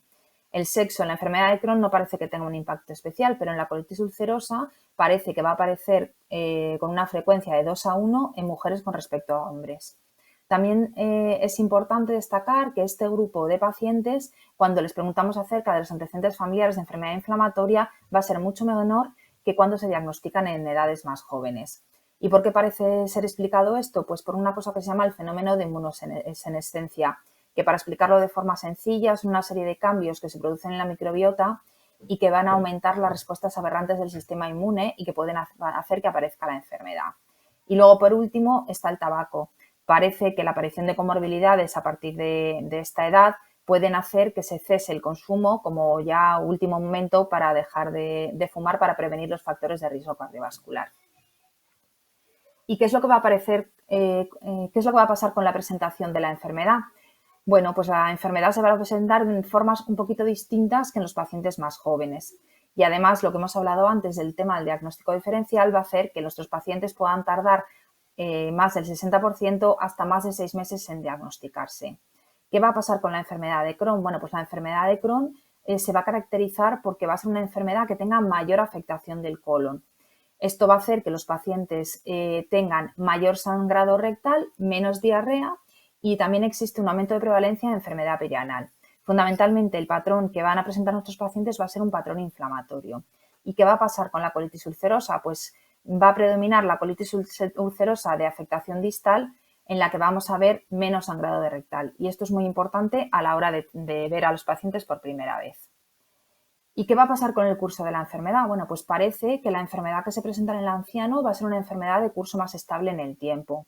Si vemos abajo la gráfica de la izquierda, es una gráfica que hace referencia al patrón de la enfermedad de Crohn al diagnóstico y cómo va evolucionando en los siguientes 15 años. Como vemos, en la enfermedad de Crohn, la enfermedad va a progresar en un 30% hacia formas complicadas comparado con el 50% que lo harían los pacientes más jóvenes. Y en la colitis ulcerosa va a pasar un poquito lo mismo. El 16% de las colitis ulcerosas de los ancianos van a progresar a colitis extensa comparado con el 49% de los pacientes que se diagnostican más jóvenes. ¿Y qué va a pasar con las cirugías? Pues parece que se realizan cirugías antes en el tiempo porque se hace con una perspectiva de que sean definitivas y así ahorrarnos otros tratamientos. En la enfermedad de Crohn, como vemos en la gráfica que está abajo a la derecha, la incidencia acumulada de cirugía va a ser baja, pero llama la atención que el 50% de los pacientes se van a operar o bien al diagnóstico o bien en los primeros 12 meses. Con la colitis ulcerosa va a pasar algo parecido. La tasa de colectomía máxima aparece en los primeros 5 años y una cosa que llama bastante la atención es que a menos del 10% de los pacientes se les va a ofrecer un reservorio ileoanal independientemente de cuál sea su situación funcional a este respecto. Tenemos una serie de retos generales de manejo específicos de los pacientes ancianos de los que vamos a hablar ahora un poquito más en detalle. La primera de ellas es la polifarmacia. Cuando se diagnostica a un paciente anciano, va a estar ya tomando de media otros 7 fármacos, con lo cual esto va a dificultar mucho el cumplimiento terapéutico y la adherencia de la que han estado hablando mis compañeros antes. Además, nuestros fármacos de la inflamatoria pueden empeorar condiciones de salud previas, como pueden ser, por ejemplo, los corticoides con la hipertensión y con la diabetes. están descritas hasta un 80% de interacciones medicamentosas, de las cuales hasta un 63% implican directamente a tratamientos relacionados con la inflamatoria. Con lo cual es muy importante que nosotros, como los médicos prescriptores, tengamos en cuenta todas las posibles interacciones para no producir un daño innecesario a nuestros pacientes. Otro tema relevante en los ancianos es la malnutrición. Sabemos que la edad produce malnutrición por problemas de malabsorción, de menor ingesta o de pérdida de nutrientes, y la enfermedad inflamatoria intestinal también. De tal forma que podemos detectar malnutrición hasta el 75% de las enfermedades de Crohn y el 62% de la colitis ulcerosa. Es fundamental que hagamos revisión del riesgo de desnutrición en estos pacientes y hagamos recomendaciones específicas de dieta cuando nos hallemos ante ellas. Otra cosa específica de los ancianos es la presencia de deterioro cognitivo y valoración de la situación social. Llama la atención que hasta el 17% de los mayores de 65 años van a presentar cierto grado de deterioro cognitivo sin necesidad de presentar una demencia. Esto puede hacer que el paciente tenga problemas de adherencia porque realmente lo que pasa es que no comprenda los tratamientos, que cuando mandamos tratamientos complejos no sea capaz de cumplirlos por lo mismo que acabamos de decir, y luego que el paciente en sí mismo pueda tener problemas de coordinación que le lleven a no ser capaz de ponerse un tratamiento tópico, que tenga problemas de artrosis en una mano y no se pueda poner un tratamiento subcutáneo, problemas de movilidad que hagan que no pueda asistir a los controles o las consultas. Es muy importante que hagamos una valoración social para saber con quién vive el anciano, si el anciano tiene un buen apoyo familiar, si es él el cuidador principal de algún, por ejemplo, de su pareja, para que podamos contextualizar y así ayudar a que el paciente pueda cumplir los tratamientos y el seguimiento. Por otra parte, a partir de la edad que estamos hablando, pues empiezan a aparecer las diferentes comorbilidades, de tal forma que los pacientes de más de 60 años de media van a tener 2 o 3 comorbilidades más. Las más prevalentes son la enfermedad coronaria, la pulmonar y la insuficiencia cardíaca, seguidas muy de cerca de la diabetes mellitus, la insuficiencia renal y luego la ansiedad y depresión. Esto va a hacer que aumenten riesgos determinados en estos pacientes, como por ejemplo el riesgo de infecciones oportunistas o como vemos en la gráfica de infección por clostridium difficile, que pueden empeorar la evolución de la enfermedad. Puede aumentar el riesgo de cáncer, no solo de cáncer de novo, sino de cánceres que estaban controlados y que puedan volver a activarse y no siempre en relación con tratamientos, y aumenta el riesgo, por ejemplo, en el caso de los brotes de TUEP y de TEP. Entonces, tenemos que hacer una buena valoración de todos estos riesgos y dar recomendaciones de quimioprofilaxis a nuestros pacientes.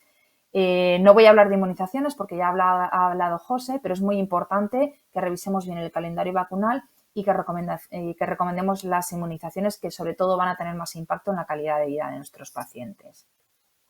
Como hemos hablado de cáncer y específicamente sabemos que existe riesgo de cáncer colorectal relacionado con la enfermedad inflamatoria y existen unas guías muy claras acerca de cuándo hay que empezar este screening y cómo se debe de hacer en función de los hallazgos, en el caso de los ancianos es muy importante que pongamos en una balanza el riesgo y beneficio de llevar a cabo este screening. Tenemos que tener claro cuál es la expectativa vital de los pacientes, qué comorbilidades tienen que pueden llevar a que el paciente tenga problemas para prepararse para una colonoscopia, riesgos específicos relacionados con el procedimiento y, por ejemplo, con la sedación, balanceados frente al tiempo de evolución de la enfermedad y la severidad. De tal forma que, de forma global, podemos recomendar que expectativas vitales de menos de 10 años deberían de salir de los programas de screening. Y una cosa que es importante recordar es que si el paciente lleva un tiempo largo en los programas de screening, pero tiene 2 colonoscopias seguidas de calidad negativas para displasia, si no tiene otros factores de riesgo como colágeno esclerosante, familiares de primer grado o historia previa de displasia, también podemos parar el screening. ¿Y qué va a pasar con el tratamiento médico? Bueno, yo he hecho un resumen aquí en esta tabla en la que lo que tenemos es una imagen fija de cómo tratamos a nuestros pacientes mayores con enfermedad inflamatoria. Las barras lisas corresponden a los pacientes ancianos y las barras rayadas a los pacientes jóvenes. En azul tenemos la enfermedad de Crohn y en granate la colitis ulcerosa. Bueno, pues en esta imagen fija lo que vemos es que nuestro tratamiento preferido para tratar a nuestros mayores, tanto si tienen un Crohn como una colitis ulcerosa, son el uso de la mesalazina. ¿Por qué? Porque en principio parece que es una medicación que consideramos muy segura, pero no hay que olvidarse que generalmente la posología suele corresponder a múltiples comprimidos que hacemos uso muy extenso de los tratamientos tópicos y que esto puede dar problemas en nuestros pacientes. De tal forma que cuando se valora el cumplimiento de mesalazina en los ancianos, los datos dicen que no llega ni a un 40%. Además, no hay que olvidarse de hacer los seguimientos periódicos por la probabilidad de nefrotoxicidad y que puede tener interacciones con otros medicamentos, como puede ser el caso de la linfopenia con inmunosupresores. ¿Qué va a pasar con los corticoides? Pues en contra de lo que cabría pensar, usamos los corticoides de igual forma o en mayor medida que los usamos en los pacientes jóvenes, incluso sabiendo que existen efectos secundarios específicos, incluso mortalidad relacionada, que tienen muchísimos problemas de interacciones medicamentosas y a pesar de eso lo seguimos usando. Llama la atención que incluso hay estudios que describen hasta un 40% de pacientes que están en remisión y como tratamiento de mantenimiento siguen llevando corticoides. ¿Y por qué parece que puede ser esto? Pues porque realmente a lo que parece que tenemos miedo es a los inmunosupresores y a los biológicos. De tal forma que ante mismas tasas de corticodependencia y corticorefractariedad que en los pacientes más jóvenes, el uso de inmunosupresores está reducido prácticamente en un 50%. ¿Y por qué puede ser esto probablemente? Pues por los riesgos conocidos de linfoma no Hodgkin y de neoplasias de piel no melanoma, por la probabilidad de la aparición de infecciones oportunistas y por las interacciones que puede haber. ¿Y qué pasa con los biológicos? Pues nos parece que pasa un poquito lo mismo. Parece que también se usan aproximadamente un 50% menos que en los pacientes más jóvenes y esto no parece que tenga solamente relación con el riesgo de infecciones y de cáncer, sino que puede estar relacionado con que puede, por el fenómeno de inmunosenescencia que hablamos antes, haber una tasa peor de respuesta a estos fármacos, incluso que se pierda antes la efectividad en el tiempo. Entonces, ¿qué recomendación estratégica podemos dar de forma general? Pues bueno, lo mejor sería intentar hacer una estrategia de step up. Si tenemos que usar corticoides, intentar preferenciar los corticoides de acción local. Tenemos que intentar no infratratar a nuestros pacientes. Si el paciente es corticodependiente, en vez de dejarle con corticoides, pues tendremos que ponerle inmunosupresores o biológicos. Si hay que usar inmunosupresores, lo lógico sería intentar usar pautas en las que se recomiende metotrexato, que parece que es un poquito más seguro. Y si tenemos que usar biológicos, intentar hacer una cuidadosa selección usando los biológicos más selectivos, que parece que tienen menos problemas. Y si tuviéramos que usar anti-TNF, usarlos en monoterapia. Y ya para finalizar, una cosa que me parece importante es esta frase que me gusta mucho de William Osler, que lo que dice es que la medicina es un arte y no una ciencia porque tratamos individuos y los individuos son diferentes unos a otros. De tal forma que creo que es muy importante que en la consulta, en este grupo de pacientes, seamos capaces de identificar quién es el paciente frágil, valorar sus peculiaridades y de generar planes de trabajo ajustados a sus necesidades específicos para tratarlos de la mejor forma posible. Y esto puede quedar resumido en esta nueva infografía que vamos a presentar hoy, que podéis encontrar ya cargada en la página y si alguien tiene interés especial en que se la mandemos impresa, puede escribir a la Secretaría General para que se le mande por correo. Y esto sería todo. Gracias. Bueno, Belén, muchísimas gracias por la charla. Una maravilla como siempre. Está claro que los pacientes ancianos son pacientes especiales, ¿no? Y no podemos tratarlos igual que al resto de pacientes, pero tampoco hay que infratratar, ¿no? Simplemente por el hecho de ser ancianos. Pero respecto a las preguntas que hemos ido recibiendo, lo has comentado al principio, ¿no? En el contexto de ancianos frágiles, pluripatológicos, ¿hasta qué punto el target de tratamiento tiene que ser la remisión profunda y cómo elegir, ¿no? Hasta dónde tratar a los pacientes? Bueno, yo creo que hay que plantearse muy bien y plantear con el paciente qué es lo que realmente queremos. Probablemente la remisión profunda no debiera de ser un target, pero claro, estamos hablando de paciente frágil y probablemente deberíamos de guiarnos más por objetivos terapéuticos reportados, o sea, beneficios reportados por el anciano, los famosos PRO. Yo creo que es mucho más importante que el tratamiento redunde en la mejoría de la calidad de vida que en cualquier otra cosa. Sí, yo creo que estamos de acuerdo. Una pregunta también que hemos recibido en los pacientes ancianos, ¿no? Con el manejo de la polifarmacia y del deterioro cognitivo que pueden tener, ¿crees que sería útil implicar a los equipos de geriatría dentro de las unidades de enfermedad inflamatoria intestinal?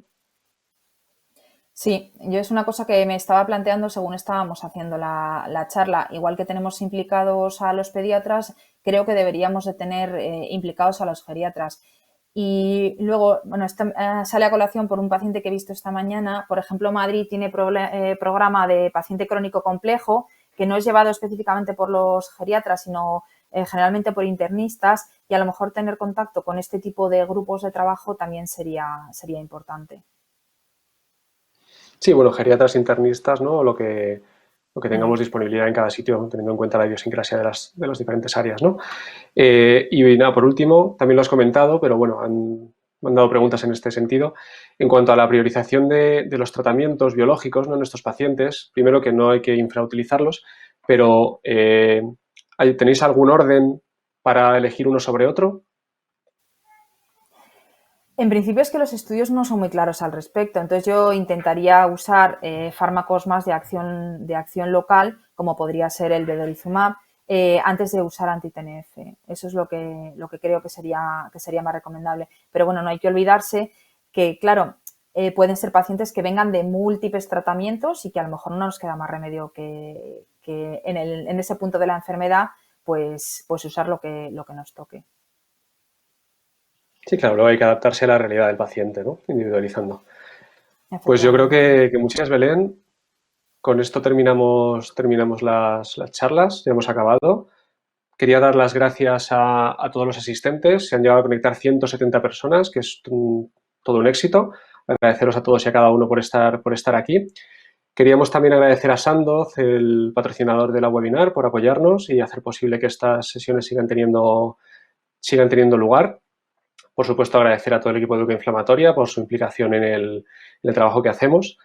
Quería recordaros a todos que todas las infografías, las dietas y demás que hemos ido presentando en los webinars y que están disponibles en la página web se pueden solicitar a través de la secretaría del grupo de Educa Inflamatoria. Y recordaros que esto no se acaba aquí, que nuestra intención es seguir haciendo estos webinars, dado que están teniendo buena acogida. La próxima sesión está todavía por determinar, será este verano, en junio o julio, ya veremos la fecha y os iremos avisando. Y con esto nos despedimos. Muchas gracias una vez más a todos y hasta la próxima.